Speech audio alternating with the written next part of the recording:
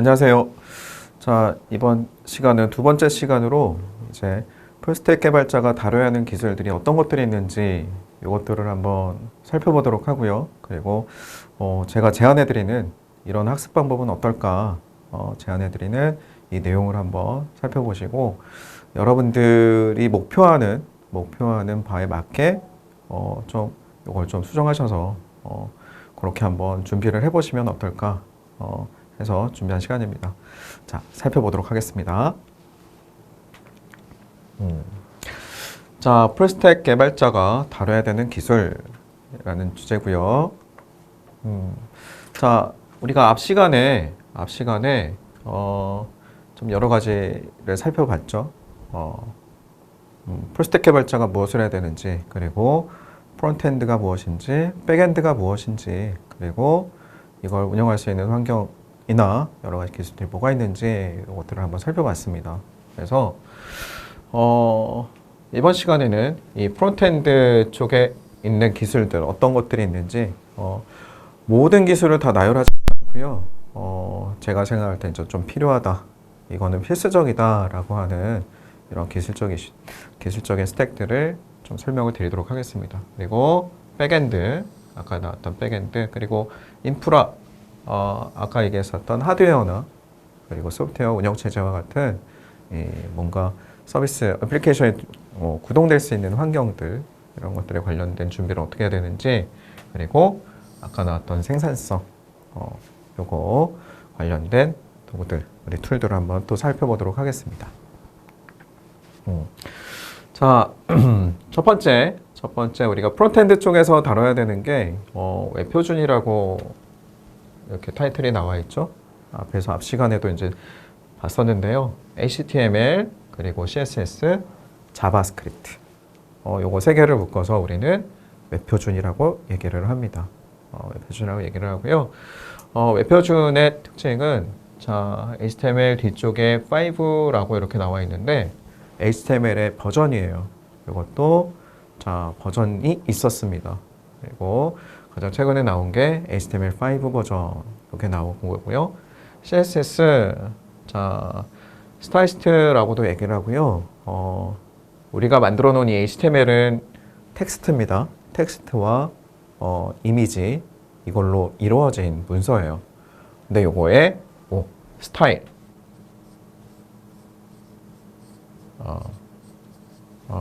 디자인 적용이라고 보셔도 좋습니다. 레이아웃이나 글꼴, 혹은 색상, 크기, 이런 것들을 조정할 수 있는 게 이 스타일, CSS, 스타일리스트, 이게 있고, 그리고 자바스크립트가 이렇게 나옵니다. 자바스크립트는 최초 발생은 브라우저에서 뭔가 인터랙션하고 처리할 수 있는, 브라우저에 있는 요소들을 좀 컨트롤하기 위해서 나온 스크립트예요. 근데 이제 최근에는 서버 기술까지도 사용할 수 있는 언어로 발전을 하고 있습니다.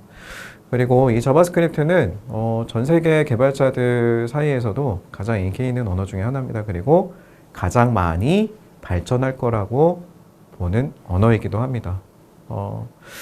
자, 여기 이제 자바스크립트가 이렇게 나와 있고요. 웹표준 관점에서, 웹표준이라고 하면은 화면, 어떤 화면? 브라우저.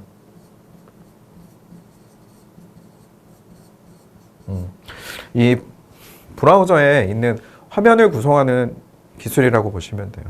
그래서 HTML은 우리가 알고 있는 워드나 한글처럼 텍스트하고 이미지를 하는 거죠. 요거라고 보시면 되고, 이 스타일은 거기에 나와 있는 텍스트와 이미지를 레이아웃을 바뀌거나 크기를 다르게 하거나 이렇게 해서 아까 보셨던 것처럼 네이버 화면처럼 이렇게 만들 수 있는 게 요겁니다. 그리고 자바스크립트는 사용자와 인터랙션 한다고 그랬죠. 버튼 혹은 입력, 이런 것들 처리를 해줄 수 있고, 그런데 이제 최근에 여기 ECMA6라고 하는 표준화된 자바스크립트 버전이 있습니다. 그래서 요거를 학습하시는 게 좋을 것 같습니다. 이유는 뒤쪽에서 이제 언급해드릴 프레임워크나 라이브러리들이 다 이 ECMA6 버전을 기준으로 만들어졌다는 거예요. 그래서 이제 하실 때도 자바스크립트를 학습하실 때도 이쪽을 공부하시는 게 좋을 것 같고, 그리고 화면을 만드는 거라고 그랬죠. 화면을 만든다고 했기 때문에 자바스크립트에서 제공해주는 웹 API, 자 API는 여러 가지 기능 코드들을 만들어 놓은 거라고 생각하시면 돼요. 그러면은 웹 브라우저 안에서 돌아갈 수 있는, 화면에서 컨트롤할 수 있는 자바스크립트의 라이브러리, 이렇게 보시면 될 거고, 그거를 반드시 학습을 해야 될 겁니다. 예를 들어 여러분들이 하시다 보면 버튼도 웹 API가 맞아요. 그리고 클릭했을 때, 그리고 화면이 바뀌거나 처리하는 것들도 마찬가지고, 브라우저를 컨트롤할 수 있기도 하고, 화면을 컨트롤하기도 하고, HTML 안에 있는 태그들, 이런 것들을 컨트롤할 수 있는 게 웹 API고요. 그리고 밑에 돔이라고 하는 개념, 이거를 알고 계셔야 됩니다. 돔의 개념은 이렇게 보시면 돼요. 도큐먼트 오브 모델이라고 하고요. 얘는 이렇게 보시면 됩니다. 우리가 만드는 HTML 하나하나의 태그들을 컨트롤할 수 있는 요소나, 그리고 화면을 뭔가 처리할 수 있는 속성, 이런 것들의 집합이라고 좀 보시면 되는데, 요거를 좀 이해를 하셔야 나중에 하는 우리가 프레임워크, 요것도 좀 이해를 하실 거고요. 그리고 뭐 비동기 통신이나 이런 것들 통해서 화면을 갱신하는 이런 처리도 정확하게 좀 이해를 하고 구현을 하실 수 있을 겁니다. 물론 여기에 있는 API 코드만 잘 외우고 있으셔도 작업은 가능합니다. 그런데 돔의 개념을 정확하게 좀 익히시고 난 후에 사용하시면 좀 더 잘 컨트롤할 수 있을 거라고 봅니다. 자, 다음으로 이제 보시면은 자바스크립트 기반의 라이브러리 프레임워크, 자 이렇게 두 개 이렇게 해놨는데요. 왜냐하면 리액트는 라이브러리예요. 그리고 뷰는 프레임워크입니다. 그리고 이보다 앞서서 나온 앵귤러 JS라는 것도 있는데 걔도 이제 프레임워크입니다. 근데 얘나 둘 다 하는 역할은 똑같아요. 화면을 만드는 거예요. 화면에 있는 요소를 만드는 겁니다. 자, 어디서? 그 전에 우리가 웹 개발을 할 때는 서버에서 화면을 만들 수 있는 코드들을 다 만들어서 주는 거라고 그랬죠. 근데 이제 프론트엔드 쪽에서는 뭘 한다고 그랬어요? 화면을 자바스크립트 통해서 만들어준다라고 얘기를 했어요. 근데 여기에 있는 라이브러리나 프레임워크는 이 화면을 만들어주는 이 기능을 조금 더 효율적으로 제공을 해주게 되는 거죠. 근데 이 차이는 여기에 있어요. 라이브러리는 개발자가 이걸 이용해서 원하는 형태로 만들 수 있어요. 원하는 구조로 만들고 원하는 스타일로 만들 수 있습니다.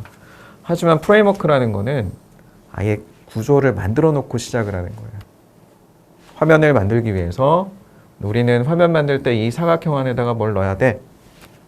라고 정해 놓은 거예요. 근데 라이브러리는 이 사각형을 만들지 않고 이 사각형을 개발자가 이 라이브러리 이용해서 만드는 거예요. 이런 형태를. 이 차이가 있습니다. 그러니까 컨트롤의 주체가 프로그래머가 있느냐 아니면 여기 프레임워크가 가지느냐, 이 차이에 따라서 이렇게 구별을 해주시는 거고요. 자, 지금 최근에는 리액트가 훨씬 더 많이 수요가 있는 것 같습니다. 지금 회사들 쪽에서 뭐 신입사원들도 그렇고 개발하는 스택들을 좀 보게 되면 여기 리액트를 조금 더 많이 사용을 하고 있고요. 그리고 뷰도 많이 올라오고 있어요. 뷰가 처음 나타났을 때는, 그러니까 처음 개발이 돼서 자 우리에게 이제 왔을 때는 그때 이제 jQuery라는 게 있었습니다. 얘는 자바스크립트 라이브러리라서 좀 더 편하게 그러니까 도큐먼트를 좀 더 쉽게 하고, 그리고 비동기 통신이나 이런 것들을 좀 더 쉽게 할 수 있고, 애니메이션 처리나 이런 것들을 좀 쉽게 할 수 있도록 라이브러리들을 만들어 놓고 제공했던 거예요. 많이 사용을 했습니다. 오랫동안 많이 사용을 했는데, 자 리액트를 쓰려니까 얘랑 같이 쓰지 못하는 거예요. 기존의 프로젝트에서 이걸 사용할 수 없었던 거죠. 근데 얘는 기존의 jQuery나 기타 다른 라이브러리와 어느 정도 호환이 가능했습니다. 그래서 이제 얘를 채택하고 있었는데, 최근에 뷰는 리액트와 거의 비슷해졌습니다. 자, 컴포넌트 기반 처리하는 것들은 거의 비슷하게 처리가 되고 있고요. 그래서 지금 생태계를 좀 보면 리액트 쪽이 훨씬 더 커뮤니티도 완성하게 많이 있고 레퍼런스도 좀 더 많은 상태이고 그리고 많은 회사들이 그로 인해서 여기를 많이 적용을 하고 있는 것 같아요. 근데 저는 뷰도 앞으로 더 많이 발전할 수 있을 거라 좀 생각을 합니다. 발전할 수 있을 거라고 생각을 하고요. 그럼 이제 여러분들이 어떤 준비를 해야 될까요? 근데 여러분들의 선택인 것 같아요. 그거. 뭐냐면 지금 현재는 리액트인데 내가 공부를 6개월 후에 리액트를 열심히 공부를 했지만 갑자기 뷰가 막 관심사가 올라가는 경우들이 생겨요. 뭐 여러 가지 이유가 있을 수 있어요. 많은 프로젝트들이 큰 프로젝트들이 좀 간혹가다 생깁니다. 대형 금융기관이나 아니면은 그거에 맞춰서 여러 가지 하위 숲 어플리케이션들이 이제 개발이 될 때 요걸 하느냐에 따라서 개발자 채용에 건수들이 많기 때문에 차이가 좀 있을 수 있는데 제가 보는 관점은 둘 중에 뭐라도 하나를 먼저 시작하시면 돼요. 아까도 얘기했지만 지금 둘 다 추구하는 바는 똑같습니다. 화면에 클라이언트 쪽의 성능을 조금 더 높이기 위한 프레임워크예요. 라이브러리고. 그렇기 때문에 이거 둘 중에 하나를 먼저 하시고 나면 다른 것도 충분하게 갈 수 있을 거라고 또 생각을 합니다. 많이 비슷해져 가고 있습니다. 자, 백엔드는 일단 기본 언어 기반으로 이렇게 한번 나눠서 이제 처리를 해봤고요. 그러면은 우리나라는 자바가 많이 우세합니다. 이유는 우리가 공공 쪽의 어플리케이션들은 다 전자정부 프레임워크라는 걸 이용을 합니다. 전자정부 프레임워크를 이용해야만 관공서나 혹은 공공 쪽에 있는 웹을 수주하고 개발할 수가 있어요. 아예 가이드가 나와 있는 거죠. 그걸 사용하도록. 근데 그 공공 쪽에서 사용하는 전자정부 프레임워크이라고 하는 이 프레임워크는 이 자바 기반에 그리고 여기 나오는 스프링 프레임워크 요거를 기반으로 만들어진 프레임워크예요. 전자정부 프레임워크라는 게. 자, 그러다 보니까 그쪽에 이쪽 개발자, 이거를 할 수 있는 개발자 수요가 많아졌겠죠? 그리고 공부하는 사람들도 많아졌겠죠? 그리고 오랫동안 하다 보니까 레퍼런스도 많아지고 개발자도 훨씬 더 많아졌습니다. 그래서 여러분들이 알고 있는 빅테크 기업들도 이런 프레임워크를 이용해서 개발을 많이 하고 있어요. 여러분들 배달의 민족 알고 있는 거, 무한영재 이쪽에서도 백엔드 쪽 이쪽 개발은 자 스프링으로 되어 가고 있고요. 쿠팡 그리고 SK 네트워크 11번가 이쪽 이런 회사들도 다 스프링 기반의 프레임워크를 이용해서 개발을 하고 있습니다. 그러니까 백엔드 기술은 뭐 다른 나라들은 뭐 C샵이나 아니면 다른 언어들 많이 사용을 하지만 우리나라는 이거 자바 기반의 스프링 이게 되는 거고요. 자, 이제는 스프링 프레임워크 말고 부트를 이용해서 처리를 해줍니다. 여기 스프링 부트. 이 부트는 나중에 이제 공부를 해보시면 알겠지만 스프링 프레임워크이에요. 근데 이제 이 프레임워크를 이용해서 만들 수 있는 기본 설정하는 도구라고 생각을 하시면 됩니다. 그래서 이제 최근에는 이 스프링 부트 이걸 이용해서 개발을 많이 하고 있고요. 그리고 자, 스프링 부트와 마이바티즈라고 하는 밑에 나온 요거는 데이터베이스를 컨트롤해주는 데이터베이스 프레임워크예요. 데이터베이스 처리를 좀 더 수월하게 개발자가 좀 더 쉽게 처리할 수 있는 마이바티즈라고 하는 게 있고요. 그리고 최근에 이제 빅테크 대기업들이 많이 사용하는 기술 스택은 여기 있습니다. 스프링 부트와 JPA, 스프링 데이터 JPA라고 하는 이 기술을 이용해서 백엔드를 개발을 많이 하고 있어요. 그래서 제가 제안하는 방법은 일단 자바를 공부를 하셔야 돼요. 자바를 공부를 하셔야 백엔드에서는 자바를 공부를 하셔야 되고 그리고 자 스프링 프레임워크를 이렇게 다뤄놓은 이유는 스프링 프레임워크가 곧 부트다 근데 프로그램을 만들 때 처음 초기 세팅할 때 이 부트를 기반으로 해서 부트 프로젝트로 만드는 쪽으로 이제 변경됐기 때문에 부트를 얘기하는 거고, 내부에서 처리하는 거는 이 프레임워크가 가지고 있는 기술들은 다 가지고 있는 거다. 그래서 학습은 이렇게 들어가면 됩니다. 최근에 부트를 하는 거지, 근 7, 8년 전까지만 해도 여기 그냥 스프링 프레임워크를 이용해서 개발을 하고 처리를 했어요. 여전히 이런 프로젝트들이 있겠죠. 그래서 이것들을 다룰 수 있어야 합니다. 그리고 자, 자바스크립트 이거 기반으로 한번 보신다면 노드.js, 아까 잠깐 얘기했죠. 노드 기반으로 하시면 되는데 어떤 장점이 있을까요? 언어가 동일하다는 장점이 있어요. 풀스택 개발자로 만약에 간다면 자바스크립트를 가지고 프론트엔드 이걸 개발할 수 있고, 그리고 서버 쪽도 자바 언어를 가지고 할 수 있다는 장점이 있습니다. 그래서 자바 언어보다는 자바스크립트 하나만 우리가 가지고 있더라도 서버까지 갈 수 있다는 장점이 있습니다. 하지만 여러분들이 알고 있는 일반적인 큰 회사들은 이 노드를 기반으로 하는 서비스가 줄을 이루지 못해요. 이쪽이 더 될 거라고 생각을 합니다. 그래서 처음 이제 풀스택으로만 간다, 그리고 노드하고 이런 것들을 원하는 회사다라고 한다면 아마 여러분들이 검색을 해보시면 스타트업이나 조금 이제 처음 시작하는 서비스들 위주의 이런 서비스가 아닐까 이렇게 생각이 듭니다. 저는 이제 검색을 해봤을 때 이제 그런 류의 회사들, 이렇게 개발하는 회사들, 이런 회사들이 좀 많았던 것 같아요. 네. 그리고 뭐 서버 종류에는 이런 것들이 있습니다. 웹 서버라고 하죠. HTML하고 웹 문서들을 서비스하는 기본적인 웹 서버 역할을 하는 서버 소프트웨어는 아파치라는 게 있고요. 자, 엔진엑스라는 게 있습니다. 이 두 개 차이는 하는 기능은 목적은 같습니다. 웹 서비스를 하는 목적으로 가고 있고요. 굉장히 오래된 시스템 소프트웨어 요게 있고, 오늘 요거를 좀 개선하기 위해서 최근에 나온 이제 요게 들어갑니다. 자, 전 세계적인 수요를 본다면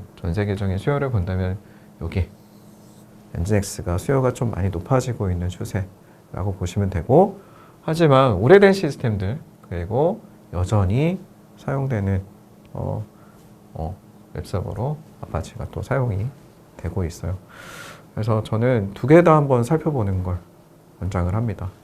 먼저 아파치를 보고 그 다음에 엔진엑스. 왜 이게 나와야 했는지, 어떤 개선이 돼야 되는지 이것들 위주로 한번 보시면 좋을 것 같고, 간단하게 설치하는 정도를 좀 알고 계시면 좋을 것 같아요. 물론 우리 앞쪽에서 봤었던 여기에 있는 얘네들하고 연계되는 거는 여기 아파치 톰캣이라고 하는 어플리케이션 서버거든요. 이 어플리케이션 서버도 여기에 있는 웹 서버와 서로 역할을 각각 나누어서 처리하게 됩니다. 그래서 요거 이렇게 웹 애플리케이션 서버는 WAS라고도 이제 표현하는데요. 이렇게 표현하는데, 우리 자바 코드로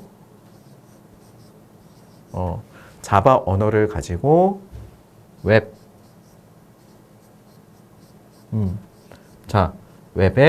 응답.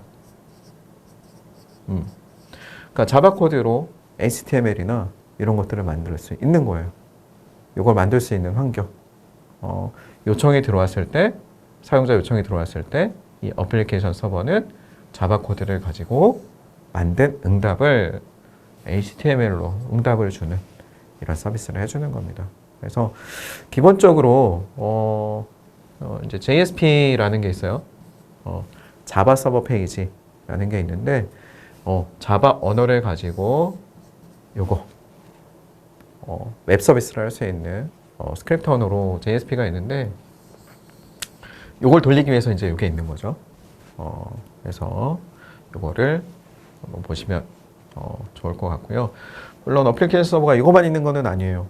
이거만 있는 거는 아니고, 자, 그 중에 오픈소스 기반이고 무료로 사용할 수 있고 일반 기업에서도 많이 사용하는 요거 간단한 이제 프로젝트나 이런 것들 사용할 수도 있고 실제 서비스도 많이 하고 있고요. 그래서 요거를 활용하는 방법들, 설정하는 방법들 이것도 좀 보시면 좋을 것 같습니다. 자, 다음으로 이제 데이터베이스 한번 보시면요. 저 두 가지로 좀 나눠보았습니다. 관계형 DB, 관계형 데이터베이스, 그리고 NoSQL, 이렇게 이제 두 가지로 좀 나눠볼 수 있고요. 관계형 DB는 굉장히 오랫동안, 굉장히 오래전부터 만들어져서 서비스되고 있는 데이터베이스입니다. 그래서, 오라클, 그리고 SQL 서버, MySQL, MariaDB, 이렇게 보고 있는데, 여러분들은 이쪽을 좀 보시는 게 어떨까 싶습니다. 일단, MySQL은 커뮤니티 버전이라는 게 있어서 무료로 받아서 실제로 서비스할 수 있는 버전이고요. 그리고 MariaDB는 MySQL이라고 하는 걸 오픈소스 기반으로 해서 무료로 배포하는 데이터베이스입니다. 그래서 MySQL이나 MariaDB는 같아요. 같다고 보시면 좋고 최근에 성능이나 보안 이슈 쪽에서는 이게 MariaDB가 훨씬 더 좋다고 얘기를 합니다. 그래서 이거를 다룰 수 있는 기술도 좀 보시고 중요한 거는 개발자 입장에서 보는 거는 DB를 완벽하게 다루는 것보다는 DB에 있는 이 SQL이라고 하는 언어 이걸 이용해서 데이터를 다루는 이런 기술을 익히는 거 이게 중요한 것 같습니다. 그래서 기본적으로 공통되는 SQL들이 있어요. 오라클이나 MS에서 하고 있는 SQL 서버나 MySQL, MariaDB 이런 것들 공통적으로 들어갈 수 있는 SQL 위주로 공부를 하시고 그거를 우리 뒤쪽에서 이제 앞에서 얘기했던 자바나 혹은 스프링에서 사용하는 거 스프링 그리고 아까 마이바티즈라는 게 있었죠.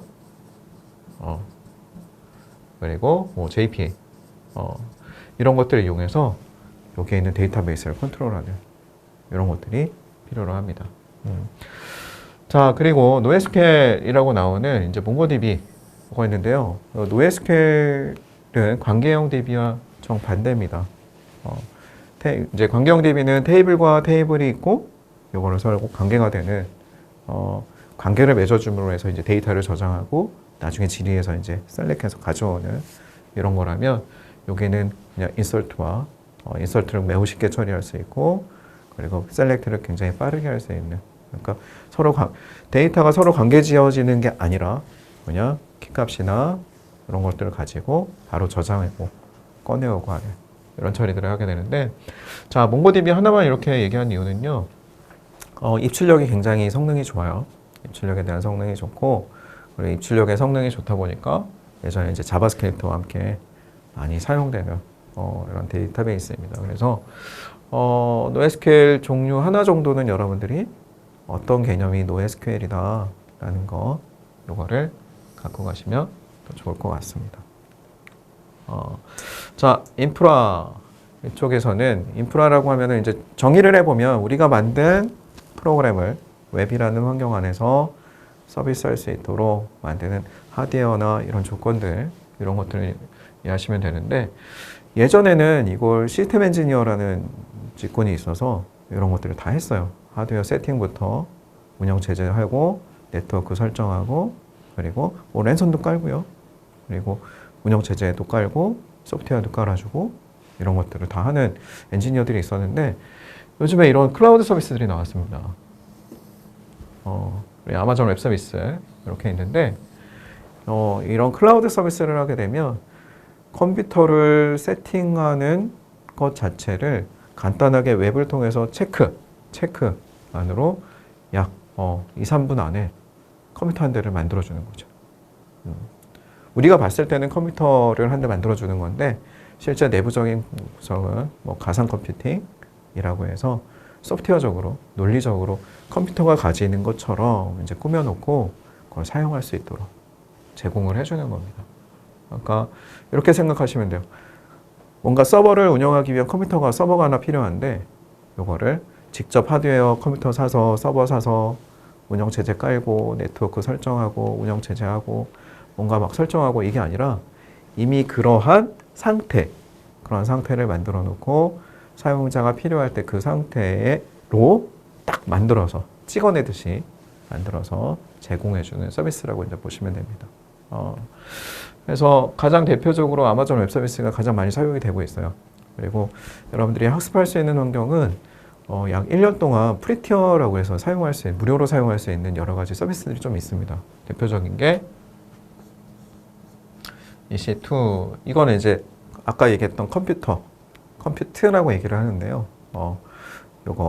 요거를 이제 제공을 받을 수 있습니다.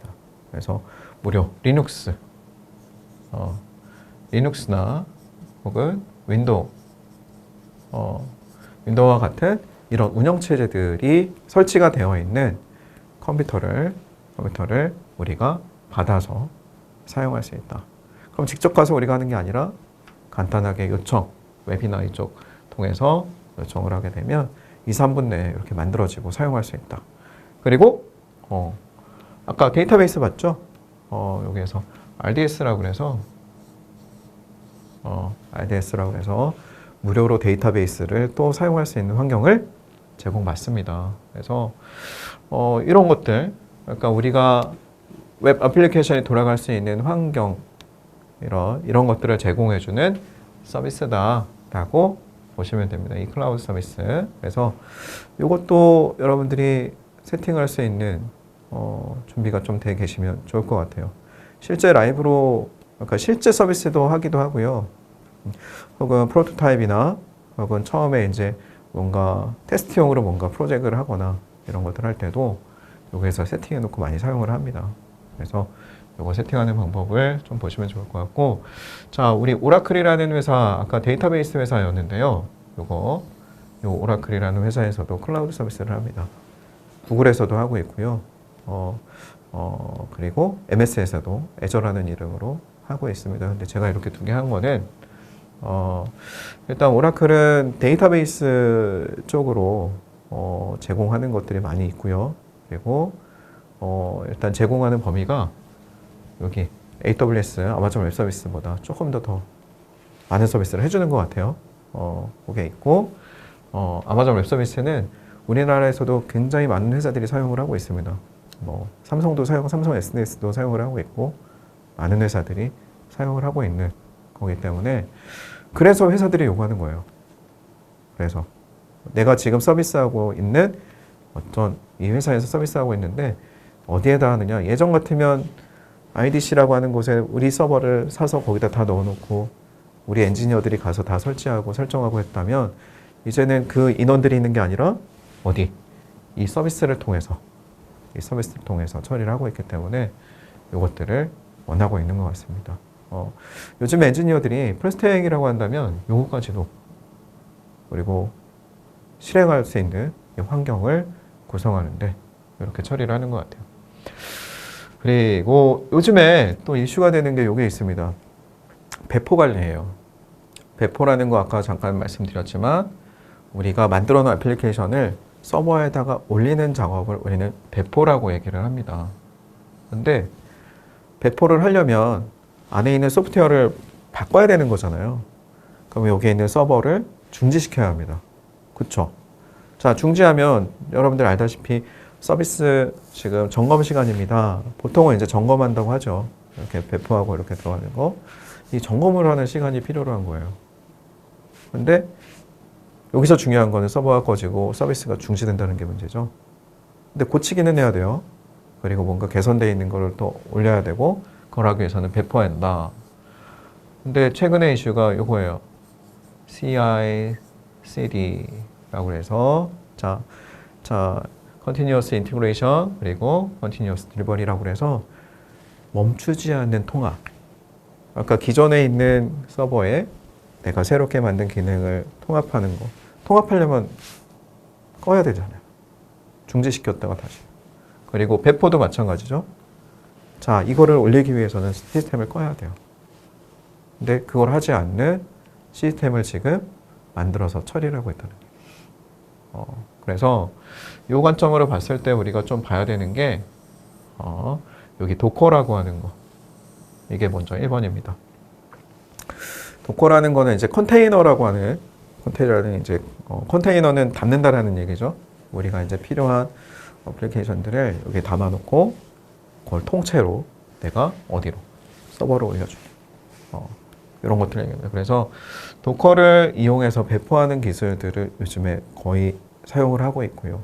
그러면 이제 도커에 대한 거 여러분들이 알고 있으셔야 되는 거고, 그리고 자, 이 쿠버네티스 요거 배포 관리입니다.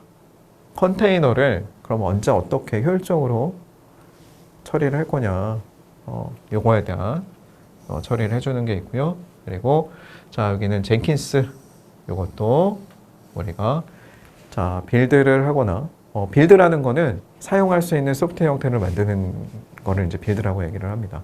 그래서 빌드를 하고 그리고 배포하고 이런 일련의 과정들 이런 것들을 또 컨트롤할 수 있는 이 젠킨스라고 하는 거 요것들을 요런 조합이나 혹은 요런 조합으로 여기에서 멈추지 않고 배포하는 이런 상태들을 만듭니다. 그래서 요거를 해보시면 좋은데 해보지 않더라도 이게 어떤 형태로 돌아가고 어떻게 처리가 되는지 요거를 알고 가면 좋지 않을까 생각을 합니다.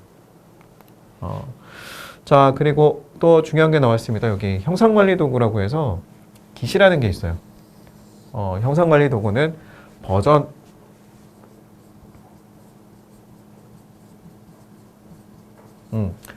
관리한다. 우리가 매일매일 코딩을 합니다. 근데 한 번에 모든 게 다 개발되지는 않겠죠. 계속 추가를 할 거고요. 계속 개선해 나갈 거고, 그리고 중간에 오류도 발생할 수 있고, 혹은 중간에 기획 이슈가 바뀌어서 내가 했었던 코드를 바꿔야 되는 경우들이 있을 거고요. 근데 다시 문제가 생겨서 이전으로 돌아야 되는 경우들이 생길 거예요. 근데 초창기에는 어떻게 했을까요? 계속 덮었으면 중간에 이게 바뀌어서 다시 이쪽 이렇게 가야 돼요 라고 한다면 어떻게 해야 될까요? 다시 해야 돼요. 저 덮었었으니까. 그래서 그게 이제 피곤하니까 이제 어떻게 합니까? 이제 매일매일 파일을 만드는 거죠. 오늘 날짜의 파일, 어제 날짜의 파일, 그저께 날짜의 파일. 자, 이러다 보니까 엄청나게 많은 파일들이 생기고요. 그리고 어느 날에 뭐를 내가 수정했는지 알 수가 없어요. 코드를 다 열어봐야 돼. 매우 불편하죠. 그래서 그러면 어떻게 하면 좀 관리가 편할까라고 했을 때 여기에 있는 이 깃이라는 시스템이 혹은 SVN이라는 시스템이 있는데 이것들을 이용하시면 이런 부분들을 해결을 할 수 있습니다. 자, 여러분들이 작성하고 작업이 끝났다라고 해서 이제 커밋이라는 좀 개념이 있는데 작업이 끝났어요. 난 이거 올리겠습니다. 라고 해서 작업을 한번 마무리를 합니다. 보통 이제 마무리를 하면 어떤 작업이 됐는지 이런 것들을 기술을 하죠. 그거를 하나의 버전으로 보는 거예요. 그리고 자, 오늘 내가 작업이 끝나서 커밋이라는 걸 통해서 작업이 끝났음을 알립니다. 그럼 얘가 이걸 관리를 해주겠죠. 오늘 끝났어. 이제 내일부터는 새로운 작업이 시작이 되는 겁니다. 어디부터? 어제 내가 작업이 끝났다 하는 시점부터 새로운 작업이 들어가게 되는 거고요. 작업이 진행되는 과정에서 우리는 문제가 있으면 어디로 바꿀 수 있다는 얘기예요? 어제 날짜, 그제 날짜 바뀔 수 있다는 얘기예요. 그리고 깃이 가지고 있는 것 또 하나가 히스토리예요. 내가 어떤 작업들을 진행해 왔는지, 그러니까 작업 단위로 이런 것들을 우리가 볼 수 있다는 장점이 있게 됩니다. 그래서 여러분들이 사용하실 때 이 깃이라고 하는 이 시스템은 반드시 쓰시는 게 좋습니다. 그리고 거의 대부분의 회사들이 이런 형상관리 도구를 사용을 하고 있고요. 깃 말고 SVN이라는 소프트웨어를 사용하기도 하지만 최근에는 이 깃을 거의 대부분 사용한다고 보시면 될 것 같아요. 그리고 밑에 깃허브라고 하는 거는 우리가 작업하는 히스토리나 이런 소스들을 저장할 수 있는 저장소, 이거를 원격지에, 자, 깃을 사용하게 되면 내 로컬 PC에, 내 PC에, 내 거, 여기 있는 PC에 여기에 저장소를 하나 만들어 놓고 여기에 아까 얘기했던 히스토리나 파일이나 이런 것들을 저장해 놓고 씁니다. 근데 여기 GitHub이라는 거 이용하게 되면요. 원격지에 여기를 하나 내가 저장할 수 있는 공간을 하나 이렇게 받는 거예요. 그럼 내가 작업한 히스토리나 작업한 파일들을 여기에다가 저장할 수 있다는 장점이 생깁니다. 그러면 내가 오늘 회사에서 이렇게 일을 하고요. 물론 이제 집에서 일을 하면 안 되겠지만 급한 일이 있을 때는 내가 여기 집이죠. 여기는 회사예요. 집에서 이걸 받아서 처리를 할 수 있다는 얘기예요. 그리고 내가 여기서 작업한 건 여기서 작업하면 여기도 히스토리가 생기겠죠? 여기다 이렇게 올려주고. 그러면 회사에서는 또 어떻게 돼요? 여기 변경되어 있는 작업 이력이 있으니까 이거를 받아서 가져오면 여기에서 우리도 사용할 수 있죠. 그럼 여기서는 뭘 해주는 건가요? 나의 작업 히스토리를 공통적으로, 공용으로 처리해 줄 수 있는 공간을 제공해 준다라고 생각을 하시면 됩니다. 사실 깃이라는 게 쉬운 도구는 아니에요. 쉬운 도구는 아닌데 이것도 여러분들이 필수적으로 좀 다루는 게 좋을 것 같습니다. 자, 그리고 프로젝트 관리나 생산성을 높이기 위한 도구들이 이렇게 있어요. 노션. 이거 프로젝트 관리도 되고요. 그리고 일단 노션이라는 거는 메모, 그리고 뭐 스크립팅, 그리고 뭐 일정 관리나 뭐 DB를 이용할 수 있기 때문에 일정 관리나 혹은 여러 가지 저장할 수 있는 것들 저장해 놓고 공유의 목적으로 사용합니다. 근데 이 노션은 꼭 개발자뿐만이 아니라 일반 다른 직무에서도 굉장히 많이 사용하고 있어요. 그리고 개발 쪽에서도 최근에는 많이 사용하는 도구가 됩니다. 그래서 저랑 같이 공부하는 다른 분들은 학습의 서머리를 다 노션으로 하고 있어요. 노션을 오늘 가셔서 한번 지금 사용하고 있지 않으시다면 노션을 한번 검색해서 사용을 해보세요. 어렵지 않습니다. 사용하는 방법은 어렵지 않고 이것들을 보시면 좋을 것 같고, 자, 이 트렐로나 이 슬랙 같은 경우는 일정 관리 혹은 투두, 내가 해야 할 일 이런 것들을 정리해주는, 관리해주는 툴이라고 보시면 됩니다. 슬랙 많이 쓰고 있고요. 슬랙 지금 우리나라에서 알고 있는 여러분들 많이 알고 있는 회사들도 슬랙 많이 사용하고 있고요. 뭐 얼마 전에 보니까 저기죠, NC소프트 회사에서도 구인하는 거 보니까 개발자인데도 불구하고 슬랙 사용하는 경험자, 슬랙을 통해서 프로젝트 관리가 되고 있구나 라는 거를 알 수 있는 겁니다. 그래서 요즘에 개발자들한테도 이런 관리 도구나 이런 노션과 같은 이런 관리 도구도 요구하는 추세라고 좀 보면 좋을 것 같습니다. 자, 그래서 이제 또 한번 정리를 해봤습니다. 우리가 앞강에서 정리를 해봤죠. 그래서 우리가 해봐야 되는 것들, 우리가 언어적으로는 프론트에서 해야 되는 거, 웹 표준, 그리고 자, 저는 일단 자바가 좀 주가 되기 때문에 자바로 좀 제안을 드릴 거예요. 그래서 한다면 자바 이거 해야 되는 거고, 데이터베이스 다룰 수 있는 SQL 이거를 이렇게 다루시면 좋을 것 같고요. 자, 여기에 있는 게 우리가 이제 웹을 백엔드 쪽 다뤄야 되는 핵심 기술이라고 좀 보시면 좋을 것 같아요. 프레임워크, 스프링 프레임워크, 그리고 부트, 그리고 마이바티즈. 자, 요거 두 개는 아까 데이터베이스 다루는 거라고 그랬죠? 요거는 서버 내부에서 할 수 있는 거, 요거 보시면 되는 거고. 자, 여기 jQuery, 리액트, 뷰는 자바스크립트 기반이었죠. 프론트엔드, 여기는 백엔드, 여기는 프론트엔드. 이렇게 들어갔고, 데이터베이스는 여러 종류가 있지만 DBMS, RDB 이쪽에서 하나만 선택하셔도 좋아요. 아까 보셨던 오라클, 그리고 SQL 서버, MS, 그리고 MySQL, MariaDB 다 무료로 사용할 수 있어요. 학습용으로. 아까 보셨던 MySQL이나 MariaDB의 경우에는 서비스도 가능한 버전이에요. 실제로 서비스도 하고 있고요. 회사들은.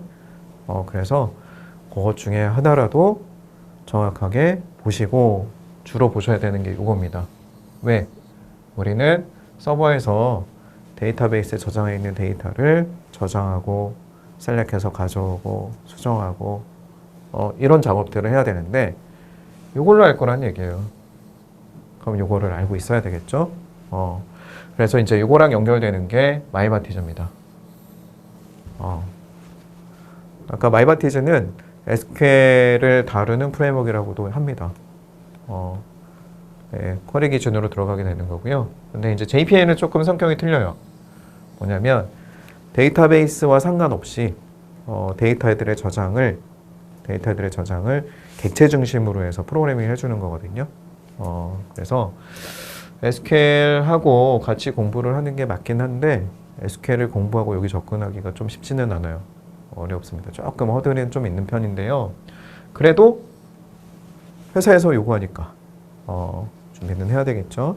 요거 있고, 자, NoSQL 필요에 따라서 해주시면 되고, 여기서는 클라우드 서비스에는 아마존 웹 서비스 요거를 달아주시면 되고, 아까 얘기했던 여기 GitHub 함께 해주고, 노션 요거 해주시고, 프로젝트 관리나 일정 관리 툴은 뭘 사용하셔도 크게 문제는 될 것 같진 않아요. 그렇게 어렵진 않을 거고, 아까 내가 했던 슬랙이나 트렐로 이런 것들 이용하시면 되고요.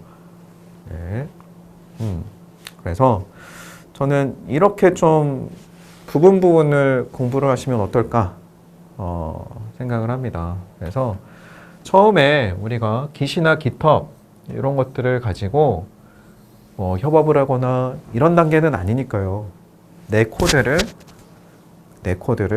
GitHub에 계속 올릴 수 있는 준비 이것들을 좀 하셔서 나는 매일매일 코딩하는 개발자다라는 걸 좀 알려주는 게 필요합니다. 그래서 저는 같이 공부하는 분들께는 이게 협업이고 그리고 버전 관리도 좋지만 나를 알려주는 도구다 라고 볼 수도 있을 것 같아요. 그래서 먼저 내가 버전 관리할 수 있는 Git이나 GitHub에 대해서 조금 내가 일단 내 코드라도 올릴 수 있도록 이것들을 한번 보시면 좋을 것 같고, 노션은 아까도 잠깐 말씀드렸지만 어렵지 않습니다. 시작만 하시면 돼요. 일단 시작만 하시면 어떻게든 사용을 하실 수 있을 거라고 봐요. 왜 이렇게 말씀드리냐면 여러분들 파워포인트나 뭐 이런 것들은 다 만드시잖아요. 그보다 쉬워요. 그보다 쉽다라고 보시면 됩니다. 이렇게 보시면 되고, 자, 자바 언어 해야 된다고 그랬죠. 자바 해야 되고, 그리고 추가적으로 단위 테스트 할 수 있는 프레임워크가 있습니다. 여기 JUnit이라는 게 있어요. 이거 반드시 가야 돼요. 서버 쪽에서 자바 공부하실 때는 자바 언어 문법만 하는 게 아니라 자, 테스트 기반으로 프로그래밍을 하고 있기 때문에 테스트 기반 프로그래밍이 요구가 되고 있기 때문에 여기 JUnit이라는 걸 가지고 내가 만든 코드 내가 코드 만든 함수나 기능 메서드 이런 것들을 테스트할 수 있어야 됩니다. 그래놓고 자, 여기 데이터베이스 했으니까 자바랑 데이터베이스 연동하는 JDBC라는 게 있어요. 자, 요거는 그냥 규칙이에요. 용어, 새로운 용어 나왔고요. 자바에서 데이터베이스를 다룰 수 있는 자바 데이터베이스 커넥티비티라는 API예요. 그냥 정해져 있습니다. 규칙처럼. 그래서 요거를 다루어서 데이터베이스 프로그램을 한번 해보시는 게 좋습니다. 그리고 나서 뭘 해보는 거예요? 아까 얘기했던 마이바티즈라고 하는 프레임워크를 한번 붙여보는 거예요. 일단 요게 자바 학습 과정에서의 첫 번째. 왜? 백엔드는 DB가 필수라고 얘기를 했고요. 그리고 자바도 백엔드 기술의 가장 대표적인 언어라고 얘기를 했습니다. 그리고 자바만 가지고 프로그래밍 하지 않아요. 지금 자바 개발자 딱 검색을 해보시면 다 자바 웹이에요. 스프링이에요. 여러분들이 개발자로 일을 하려면 그걸 뽑아주는 회사에 가야 되는 거잖아요. 그러면 이제 보실 때 이렇게 가는 게 맞습니다. 자, 다음. 자, 이번에는 이제 웹 기반으로 갑니다. 웹 기반으로 갔을 때 우리 아까 나왔던 톰캣이라고 하는 게 이제 WAS라는 거 있었죠. 웹 어플리케이션 서버. 여기서 돌아갈 수 있는 게 요거 서블릿과 JSP예요. 자, 요거를 보면서 웹에 대한 이해를 좀 하셔야 돼요. 그러니까 서버에서 해야 되는 일, 서버에서 할 수 있는 일, 이것들을 좀 보시고, 자, 얘는, 자, JSP는 일단 스크립트라서 조금 더 쉽게 나왔지만, 이 서블릿은 그냥 자바예요. 자바 언어입니다. 그래서 서블릿을 하기 위해서는 자바가 필수가 되겠죠. 이게 있어야 되고, 자, 그리고 아까 얘기했던 초창기 웹이 이런 형식입니다. 그러니까 뷰를 여기 서버 안에서 만들어서 주는 거거든요. 그래서 이 뷰를 만들기 위해서는 뭐가 필요해요? HTML, CSS를 알고 있어야 돼요. 이걸 있어야 사용자가 요청하는 거에 대한 응답을 주겠죠. 그래서 여기서 이걸 기본적으로 하고 나면 다음에 스프링이 들어가시면 됩니다. 스프링은 이제 좀 짧게 가셔도 돼요. 여기에 이제 필요한 거는 MVC라고 하는 패턴, 프로그램을 만드는 패턴, 요것들을 사용하시면 되는 거고, 여기에 아까 나왔죠? JUnit이라고 나왔네요. 여기에도 자바 코드가 들어가는 거예요. 자, 이런.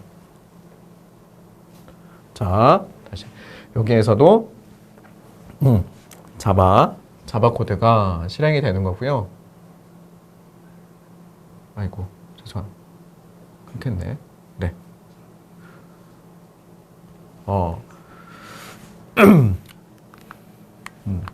여기에서도 당연히 자바가 쓰이는 거예요. 여기서도 자바가 쓰여지는 거고, 여기에 있는 JUnit, 이걸로 테스트가 이제 또 되는, 이걸로 한번 보시는 게 좋을 것 같고, 자, 이걸로 한번 또 만들어 보는 겁니다. 이렇게. 그러면 이제 스프링 프레임워크가 어떻게 돌아가는지 이것들을 한번 볼 수가 있는 거고요. 다음으로 부트. 자, 요거랑 같다고 그랬죠? 근데 이제 개발하는 방식이 조금 틀린 거예요. 앞에 처음에 세팅하는 거나 그리고 다른 의존하고 있는 것들이 좀 달라지게 되는데, 요거 하고 그리고 JPA를 한번 여기서 같이 한번 다뤄보고, 그리고 스프링에서 제공해주는 또 시큐리티라는 게 있습니다. 이 시큐리티를 이용하면 로그인 하는 거, 이런 처리들을, 보안 처리, 이런 것들을 해볼 수가 있어요. 그리고 여기에 빨갛게 되어 있는 거, 이거 REST API라는 거. 아까 프론트와 백엔드 차이가 뭐라고 그랬나요? 프론트엔드는 백엔드에서 데이터를 받아서 처리하는 거라고 그랬고, 백엔드는 프론트 쪽으로 필요한 데이터를 만들어서 주는 역할을 한다고 그랬죠. API를 만든다고 그랬어요. 요게 요거예요. 여기서, 자, 여기서는 응답을 HTML 형식으로 만들었어요. 근데 여기서 한번 해볼 거는 REST API라는 걸 이용해서 응답을 JSON이나 혹은 XML로 응답을 주는, 요걸 처리를 해주는 겁니다. 이렇게 처리를 함으로 해서 우리는 API를 만드는 방식들을 만들어 보는 거고요. 이렇게 해서 웹 쪽을 공부를 하시면 스프링에 대한 부분들을 좀 이해를 하시고 하시지 않을까, 이렇게 생각이 듭니다. 자, 그리고 프론트엔드 쪽 본다 그러면요, 여기 당연히 자바스크립트 해야 되고, 이크마6 ES 버전이라고도 얘기를 하고요. 이 버전으로 자바스크립트 공부를 하시고, 그리고 자, jQuery는 지금 빼도 상관없을 것 같아요. 자, 제가 넣기는 했지만 지금 개발의 jQuery를 사용하는 것은 신규 개발이나 이쪽에서는 왜 안 한다고 보셔도 좋을 것 같습니다. 그래서 저는 여기 이거는 빼고, 그렇다면 뭐라 해야 될까? 리액트를 가지고 화면을 구성하는 방법들을 공부를 하시고, 그리고 여기 제이슨 서버라고 나왔는데요. 아까 얘기했었던 백엔드 쪽에서 나오는 REST API 이용하는 이거 보시면 되는데, 일단 우리가 테스트할 수 있는 이런 제이슨 서버나 이런 것들을 좀 가지고 있어요. 이런 라이브러리 무료로 제공해주는 서비스들이 있습니다. 그래서 이걸 이용하셔서 AJAX 비동기 처리해주는 거, 이거를 해보시면 좋을 것 같습니다. 그래서 백엔드에서 해야 되는 스택들이 훨씬 더 많아요. 공부해야 될 것도 많고, 그래서 앞에서 이제 보셨던 부분들을 충분히 한번 보시고, 프론트는 자바스크립트 언어 하나만 알고 있으면 되겠죠. 그리고 여기에 필수적으로 들어가는 게 웹 표준이 필수입니다. 당연히. 웹 표준이 되어야 리액트를 가지고 화면을 만들 테니까. 이제 이렇게 처리를 해주시면 프론트 쪽은 되지 않을까 하고요. 여기서 조금 더 간다면 타입스크립트. 자바스크립트 특징 중에 하나가 타입을 지정해 놓고 가지 않는다 라는 게 있어요. 다 레퍼런스 타입이기 때문에 뒤에 어떤 타입이 올지 모르는, 그걸로 인해서 이제 오류가 발생하는 이런 것들이 있는데, 타입스크립트를 사용하게 되면 미리 타입을 가이드해 놓고 지정해 놓고 쓰는 거기 때문에 오류를 좀 발생할 수 있는 확률을 줄여주는 이게 됩니다. 그래서 이런 것들이 나오고, 뭐 이거 말고도 이제 추가적으로 보완할 수 있는 기능들이 많이 있어요. 근데 1차적으로 이거를 좀 해보시고 리액트 해보시고 접근을 해보셨으면 합니다. 아까도 말씀드렸지만 리액트를 좀 이해를 하고 다룬다라고 한다면 뷰 접근 가능할 거고요. 뷰를 다룬다면 리액트로 접근하는 것도 충분하게 될 것 같습니다. 리액트가 버전이 많이 발전이 되면서 업그레이드 되면서 옛날보다 많이 쉬워졌어요. 초창기에 뭐 컴포넌트도 이제 클래스 기반으로 만들기도 하고 그랬지만 이제 다 함수 기반으로 다 넘어가서 함수 기반의 컴포넌트도 매우 쉽게 좀 컨트롤할 수 있는 여러 가지 기능들이 개선이 많이 되어 있습니다. 그래서 이렇게 한번 공부를 해보시면 어떨까 그러게 됩니다. 그래서 마지막으로 우리가 앞에서 언급한 것들을 인포그래픽 구성을 이렇게 한번 해본 거예요.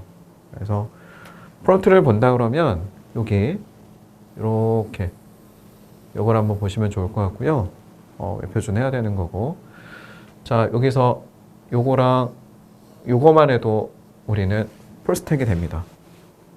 그렇죠? 노드가 서버 역할을 한다고 했으니까 이게 되는데, 자 우리는 아까 말씀드린 대로 여기 어플리케이션 서버를 자바 기반으로 만든다면 이렇게 스프링 부트 그리고 여기 MVC, 이게 이제 웹 개발할 때 사용하는 스프링 쪽의 모듈입니다. 그리고 JPL 이용해 보자. 그리고 여기 나오는 REST API가 이렇게 있죠. 그래서 요거 REST 서버라고 이제 표현을 한 요거 요렇게 한번 백엔드는 구성을 한번 해보시면 좋을 것 같고, 배포는 어디예요? 여기 EC2 이쪽에 REST 서버를 해놓고, 그리고 여기에서 만든 리액트 요거랑 서로 통신하는 형태, 이런 구조로 프로젝트를 한번 만들어 보시면, 미니 프로젝트를 만들어 보시면 어떨까? 이렇게 제안을 드리는 겁니다. 자, 그리고 여기 보시면은 뭐 어소울 서버라고 해서 인증하는 거, 시큐리티 이용하고 JWT 이용하고, 그리고 구성은 같죠? 이렇게 해서 EC2 요것도 해놓고 서로 다른 시스템에서 서로 통신할 수 있도록 해주는 이런 구조로 한번 만들어 보시는 건 어떨까? 그리고 DB도 마찬가지예요. 여기 아마존 RDS라고 나왔죠? 그냥 이렇게 나열을 좀 해놓은 거고요. 이것 중에 하나 MySQL을 사용할 거다. 요거 설정해서 이제 사용하는 이렇게 처리를 해보시면 좋을 것 같습니다. 저는 이렇게 다른 분들께도 이렇게 가이드를 좀 해드려요. 앞으로 공부를 이렇게 하고 이런 구조를 만들면 그래도 전체를 좀 이해하는 개발자가 될 거다 하고, 여기에서 이제 우리가 할 수 있는 게 여기에다 힘을 줄 거냐, 서버에다 줄 거냐, 아니면 여기에다 줄 거냐, 여기에서 이제 좀 차이가 날 것 같습니다. 그래서 전체를 한번 경험해 보시는 거 좀 권장을 한번 해드리고, 그 중에 내가 서버에다 힘을 줄 거냐, 아니면 프론트엔드 이쪽에 있는 프레임워크나 이쪽에 조금 더 힘을 줄 거냐, 이게 돼야 되지 않을까 이렇게 생각이 듭니다. 네.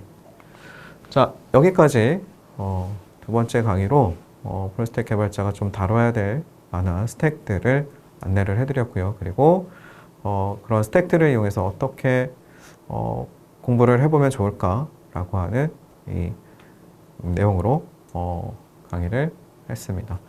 자, 마치겠습니다. 감사합니다.